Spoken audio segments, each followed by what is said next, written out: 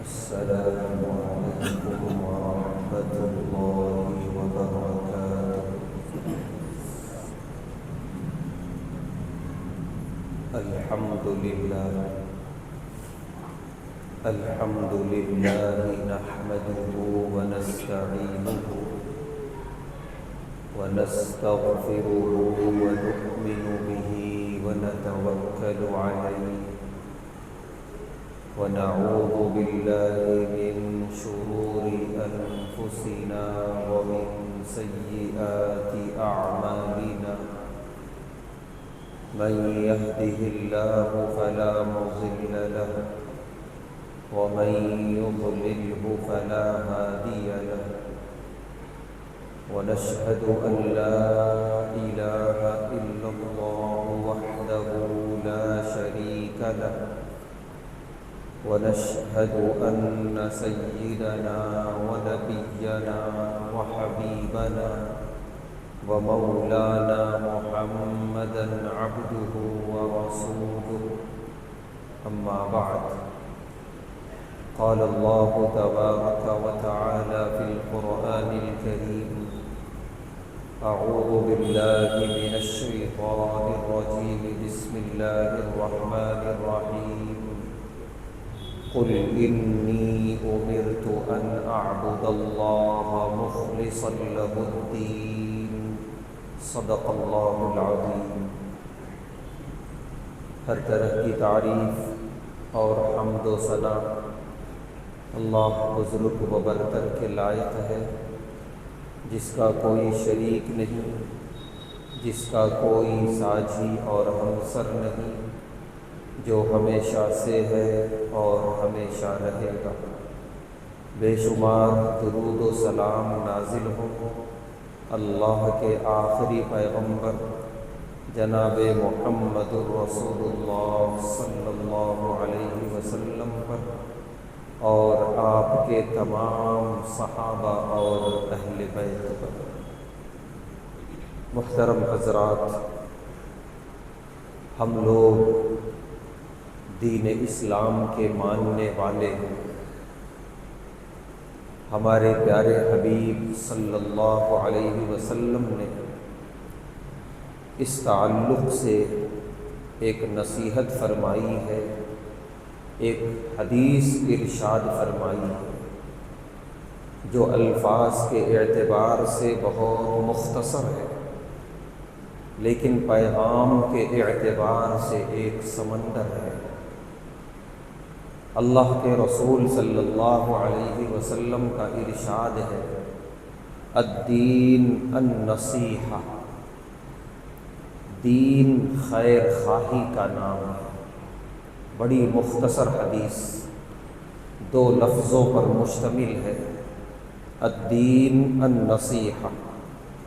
دین خیر خواہی کا نام ہے، وفاداری کا نام ہے. اس ایک حدیث مبارکہ کے اندر پیارے نبی صلی اللہ علیہ وسلم نے پورے دین اسلام کا خلاصہ بتا دیا. خیر خواہی کا مطلب کسی کے کام آنا، کسی کی تکلیفوں کو دور کرنا، کسی کو فائدہ پہنچانا، کسی کے دل کو خوشیاں پہنچانے کا سبب بن جانا، کسی کے غم کا مداوا بن جانا. یہ ساری باتوں کے مجموعے کو کہا جاتا ہے خیر خواہی، وفاداری. پیارے نبی صلی اللہ علیہ وسلم نے فرمایا کہ یہ دین اسلام سراپا خیر خواہی ہے. چنانچہ اس حدیث پاک کو اپنے سامنے رکھ کر ہم پورے دین اسلام کے کسی گوشے پر، کسی حکم پر بھی نظر ڈالیں تو یہ چیز کھل کے سامنے آئے گی کہ واقعتاً دین اسلام خیر خواہی کا نام ہے. کہیں یہ دین خیر خواہی کر رہا ہے خود اپنے مذہب کے ماننے والے کے ساتھ، کبھی یہ حکم دے رہا ہے کہ اپنے جیسے کسی اور انسان کے ساتھ خیر خواہی کرو، کبھی یہ حکم دے رہا ہے کہ چرند و پرند، حیوان و نباتات کے ساتھ خیر خواہی کرو۔ الغرض ہر حکم کے پیچھے خیر خواہی، وفاداری اور نفع پوشیدہ ہے، چھپا ہوا ہے۔ مثال کے طور پہ نماز، یہ بڑا بنیادی حکم ہے اسلام کا۔ یہ نماز کیا ہے؟ اس نماز کے شروع سے لے کے اخیر تک اگر ہم غور کریں تو پیغام ہی پیغام ہے۔ سب سے پہلی شرط نماز کے لیے پاک ہونا۔ ہم ذرا دوسرے مذاہب میں دیکھیں، ہے کسی کے اندر اتنی پاکی اور اتنی نظافت اور اتنی طہارت کا حکم؟ وہاں تو حال یہ ہے کہ وہ لوگ ضرورتوں سے فارغ ہوتے ہیں تو طہارت نہیں لیتے، اور اسی حال میں اپنے خداؤں کے سامنے جا کے کھڑے ہوتے ہیں اور وہ اپنے حساب سے جو بھی ہے پوجا پاٹ کرتے ہیں۔ لیکن یہ اسلام ہے، الحمدللہ۔ یہ اسلام یہ کہتا ہے کہ اللہ کے سامنے اگر آنے کا بھی وقت نہیں بھی ہے، نماز کا وقت نہیں بھی ہے، تو بھی اگر تم ضرورت سے فارغ ہونے جاؤ تو طہارت کے ساتھ واپس آنا، پوری پاکی کے ساتھ واپس آنا۔ اور پھر اگر اللہ کے حضور حاضر ہونے کا وقت آ گیا تب تو اور پاک ہونا ہے، جسے وضو کہا جاتا ہے۔ وضو کے ذریعے اعضائے جسمانی پاک، پھر اس کے ساتھ لباس پاک ہو، پھر جس مقام پہ عبادت کرنی ہے وہ مقام پاک ہو، یہ ساری چیزیں ہیں۔ تو ایک نماز کتنی بڑی خیر خواہ ہے ہماری کہ ہمیں پاک رہنے کا طریقہ سلیقہ بتاتا ہے۔ اب ایک آدمی 5 وقت کی نماز پڑھے گا، اور پڑھنا ہے ہر مسلمان کو، تو کیا اس کے جسم پہ کبھی ناپاکی نظر آئے گی؟ بالکل نہیں۔ اسی طریقے سے یہ نماز اتحاد کا حکم دیتی ہے، ایک ساتھ، کیا امیر کیا غریب، کیا بڑا اور کیا چھوٹا، ایک ہی صف میں کھڑے ہو گئے، سب ایک ہی جیسے ارکان ادا کر رہے ہیں، ایک ہی رب کے حضور حاضر ہیں، اور ایک ہی طرح کے الفاظ سب کی زبانوں پر ہیں، اللہ اکبر، کہ اللہ بڑا ہے، میں بڑا نہیں ہوں۔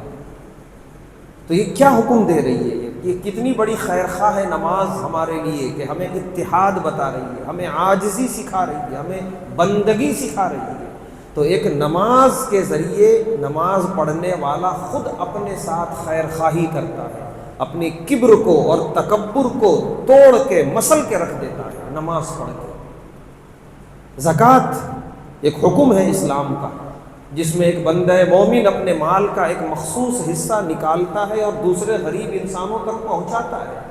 یہ خود انسان دوسرے انسان کے ساتھ خیر خواہی کر رہا ہے، اس کی مالی امداد کر رہا ہے، اس کی ضرورتوں کی تکمیل کر رہا ہے۔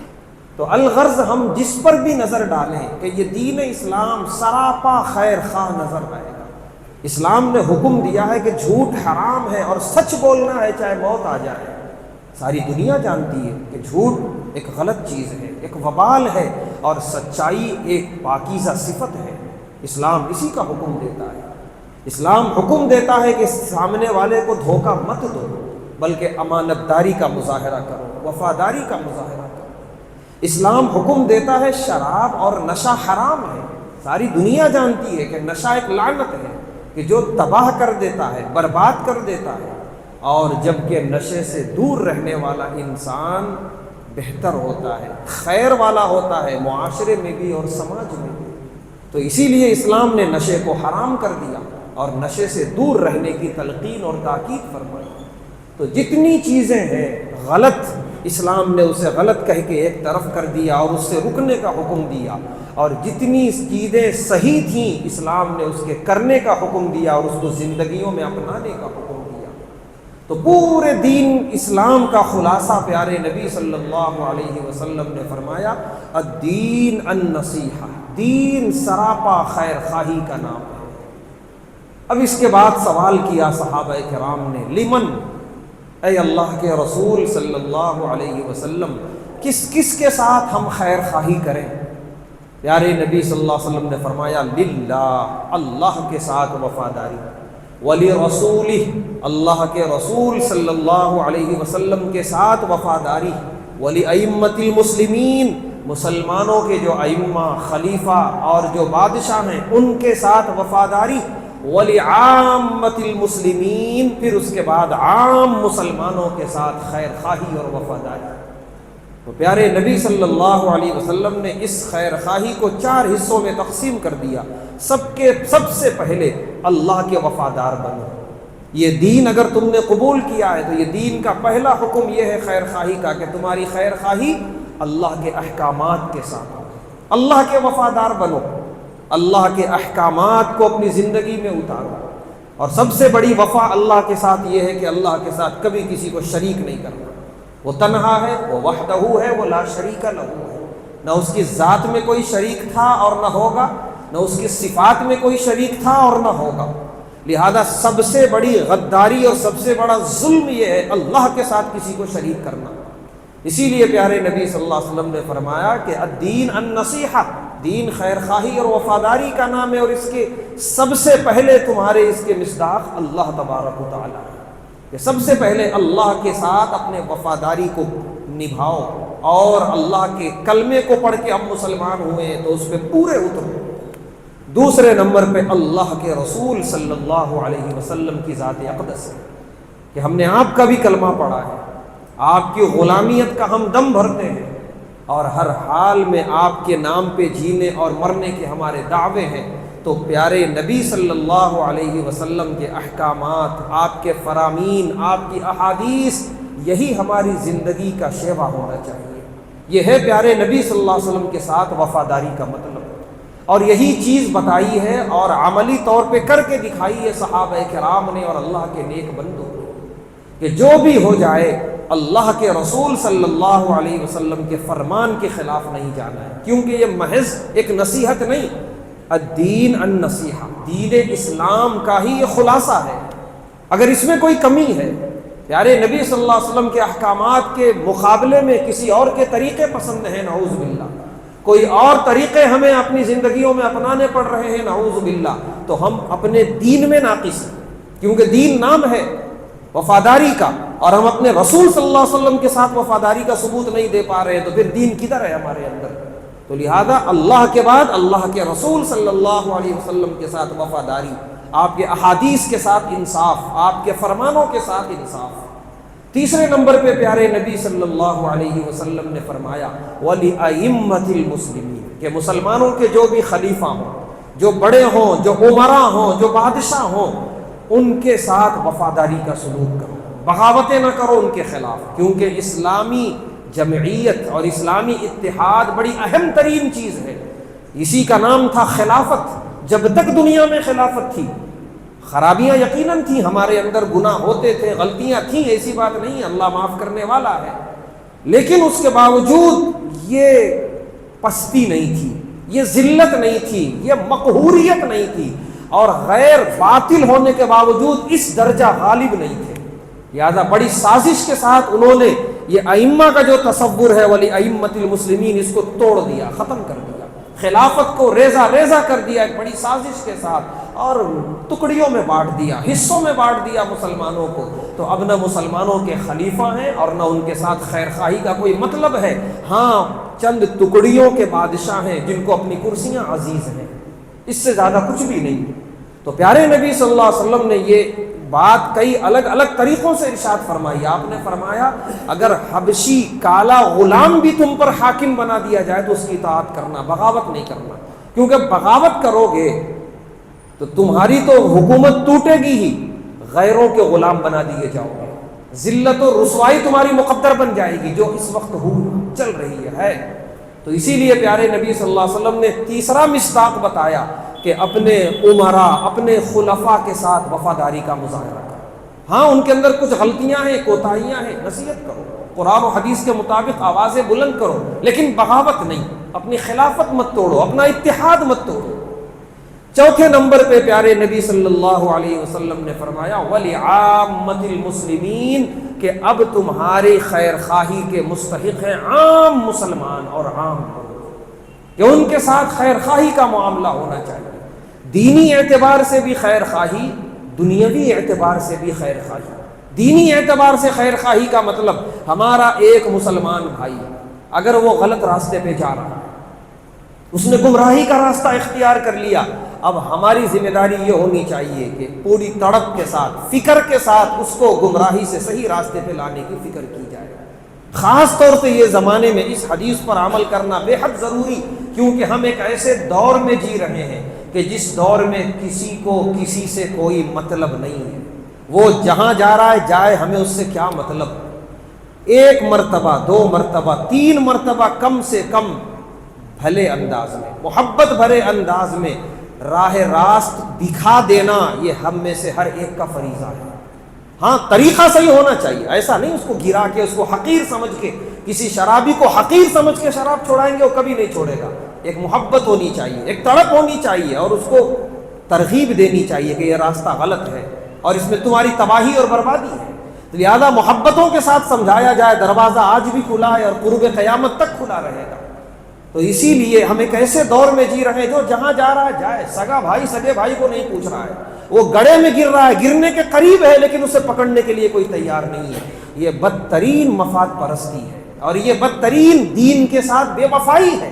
پیارے نبی صلی اللہ علیہ وسلم نے فرمایا الدین النصیحہ، اگر تم دین اسلام کو قبول کر لیے ہو اللہ کی توفیق سے، اب تمہاری ذمہ داری یہ ہے کہ تمہارے جیسا کوئی بھی انسان غلط راستے پر جا رہا ہے، نقصان دہ راستے پر جا رہا ہے، تمہاری ذمہ داری ہے تم اسے روکو، ہاتھ سے روکو، زبان سے روکو، جہاں تک تمہیں ہو سکے۔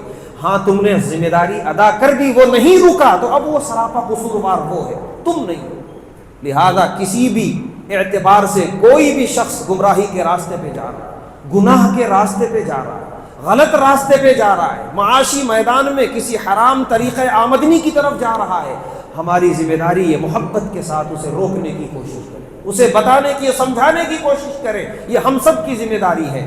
ہاں یہ الگ بات ہے کہ ہم نے ذمہ داری نہیں لی ہے ہر ایک کو سدھار دینے کی، کیونکہ اللہ نے فرمایا فذکر ان نفعت الذکریٰ، پھر آگے فرمایا دوسری سورہ میں سیذکر من یخشی، اے میرے محبوب صلی اللہ علیہ وسلم آپ نصیحت کیجئے، اور نصیحت نفع مند ہوتی ہے، نفع بخش ہوتی ہے، اور پھر فرمایا وہی شخص نصیحت سے فائدہ اٹھائے گا جو اللہ سے ڈرتا ہوگا، ورنہ آپ کی نصیحتیں ابو جہل بھی سنا تھا، آپ کی نصیحتیں صبح و شام ابو لہب بھی سنا تھا، لیکن کیا ہوا؟ جہنم رسید ہو گئے سب۔ اور ایک طرف آپ کی نصیحتیں ابو بکر، عمر و فاروق بھی سنے، ان کی زندگیوں میں انقلاب آ گیا۔ تو وہ سننے والے کے اوپر ہے کہ وہ کس طریقے سے سن رہا ہے، کس نیت سے سن رہا ہے۔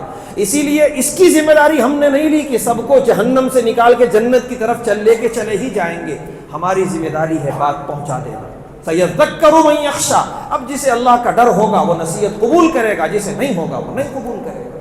تو اسی لیے پیارے نبی صلی اللہ علیہ وسلم نے فرمایا الدین النصیحہ، دین خیر خواہی کا نام ہے، تم خیر خواہی کرتے رہو، تم دوسروں کو نقصان سے بچاتے رہو۔ تو ایک ہے دینی نقصان سے بچانا اور دوسرا ہے دنیاوی نقصان سے بچانا، یہ بھی ہماری ذمہ داری ہے۔ کوئی شخص غلط راستے پر جا رہا ہے دنیا کے اعتبار سے، وہ شکار ہو سکتا ہے حادثے کا، وہ کسی بیماری کا شکار ہو سکتا ہے، وہ کسی بڑے مالی نقصان کا شکار ہو سکتا ہے، ہماری ذمہ داری ہے کہ ہم اس کا ہاتھ پکڑ کے روکیں، ہم اس کا ساتھ دیں۔ اسی طریقے سے کوئی آدمی بیمار ہے، ہم اس کی تعزیت کریں، کسی کا انتقال ہو گیا ہم وہاں پہنچ کے اس کی تعزیت کریں، بیمار کی عیادت کریں، کسی شخص کو کوئی ضرورت ہے، شدید مشکلات کا شکار ہے، ہم سے جو ہو سکتا ہے ہم اس کا ساتھ دیں۔ ہر اعتبار سے دوسروں کے کام آنا، یہی ہے دین کا معنی اور دین کا مطلب۔ تو الدین النصیحہ، دین نام ہے خیر خواہی کا۔ ہم ایک ایسے دور میں جی رہے ہیں اگر کوئی شخص دنیاوی اعتبار سے کسی کے کام آتا بھی ہے تو پہلے اپنا کمیشن بیان کر دیتا ہے، میرا اتنا ہوگا، اس کے بعد ہم تمہارا یہ کام کریں گے۔ معمولی سے معمولی کام یا بڑے سے بڑا کام بغیر دنیاوی مفاد کے نہیں ہو رہا ہے آج کے زمانے میں۔ اسی لیے پیارے نبی صلی اللہ علیہ وسلم نے فرمایا دین خیر خواہی کا نام ہے۔ ہر جگہ مفاد پرستی، ہر جگہ مفاد پرستی، تو پھر دین کس دن کے لیے؟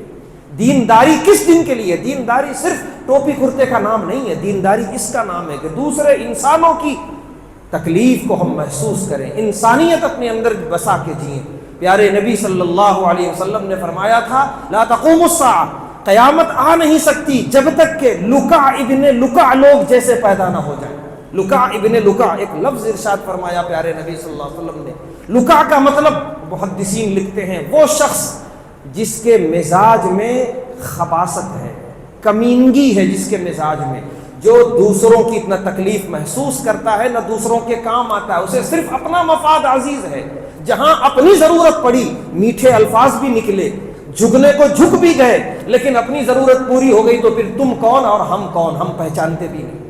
پیسوں کی ضرورت پڑی، بڑا جھک کے بڑی عاجزی سے پیسے مانگے، اور جب دے دیے گئے تو پھر ایسا غائب ہوئے نظر ہی نہیں آئے۔ وہ بیچارہ دینے والا کس تکلیف میں ہے، آج اس کو پیسوں کی ضرورت ہے، مجھے چاہیے کہ میں اس کے پیسے لوٹا دوں، یہ سوچنے اور تصور کرنے کے لیے بھی تیار نہیں ہے۔ یہ سب وہی کمینہ پن ہے مزاج کا، لکا ابن لکا۔ پیارے نبی صلی اللہ علیہ وسلم نے فرمایا کہ اولاد بھی کمینہ صفت ہوگی اور ان کے آبا بھی ویسے ہی ہوں گے، یعنی خاندان در خاندان چلیں گے اسی طریقے سے، تب جا کے قیامت قائم ہوگی۔ قرب قیامت کی یہ نشانیاں ہیں۔ لہذا ہمیں چاہیے کہ صرف اپنا مفاد ہی سب کچھ نہ سمجھیں۔ اگر ہم کسی کے کام آ گئے بغیر اپنا مفاد سامنے رکھے ہوئے، اللہ ہماری وہاں سے مدد کرے گا جہاں سے ہم کو تصور بھی نہیں ہے، اور جیسے ہی ہم اپنا مفاد رکھ دیتے ہیں کسی کے بھی کام میں، فوراً وہاں اللہ کی مدد کے دروازے بند ہو جاتے ہیں، خیر و برکت کے دروازے وہیں بند ہو جاتے ہیں۔ اسی لیے کیا خوب فرمایا پیارے نبی صلی اللہ علیہ وسلم نے، جب تک ایک بندہ دوسرے بندے کی مدد میں رہتا ہے اللہ اس کی مدد میں رہتا ہے، لیکن اسی مدد میں اگر اپنا کمیشن متعین کر دیا بات ہی ختم ہو گئی، اللہ کی مدد کا دروازہ وہیں بند ہو جاتا ہے۔ تو بڑی پیاری نصیحت ہے پیارے نبی صلی اللہ علیہ وسلم کی، الدین النصیحہ۔ دین نام ہے سراپا خیر خواہی کا، وفاداری کا۔ ہم اللہ کے ساتھ وفادار رہیں، اپنے محبوب صلی اللہ علیہ وسلم کے ساتھ وفادار رہیں، اپنے اہل و عیال کے ساتھ سراپا خیر خواہ اور وفادار رہیں، اپنے جیسے تمام انسان اعزاء اور اقربا کے ساتھ خیر خواہی کا مظاہرہ کریں، چاہے ادھر سے ہمیں کوئی فائدہ ہو یا نہ ہو، اس سے کوئی مطلب نہ ہو۔ اللہ تبارک و تعالیٰ سے دعا ہے، اللہ تبارک و تعالیٰ ہم تمام کو ایک دوسرے کا کام آنے والا بن کر زندگی گزارنے کی توفیق عطا فرمائے، خیر خواہی اور وفاداری کے جذبے سے زندگی گزارنے کی توفیق عطا فرمائے۔ وآخر دعوانا الحمد للہ رب العالمین۔